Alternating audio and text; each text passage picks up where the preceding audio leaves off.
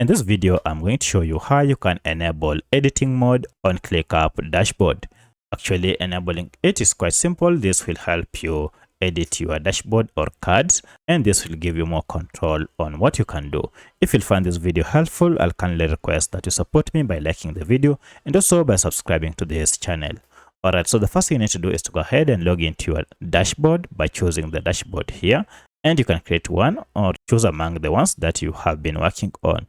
Once you are on the dashboard, head over here to editing mode. You can see this feature has been turned off. You are told turn on editing mode to modify dashboard settings and cards. So if you go ahead and turn on, now you can see you'll be able to move these around. You can also resize them just as you wish. So that's how you can enable editing mode in ClickUp dashboard.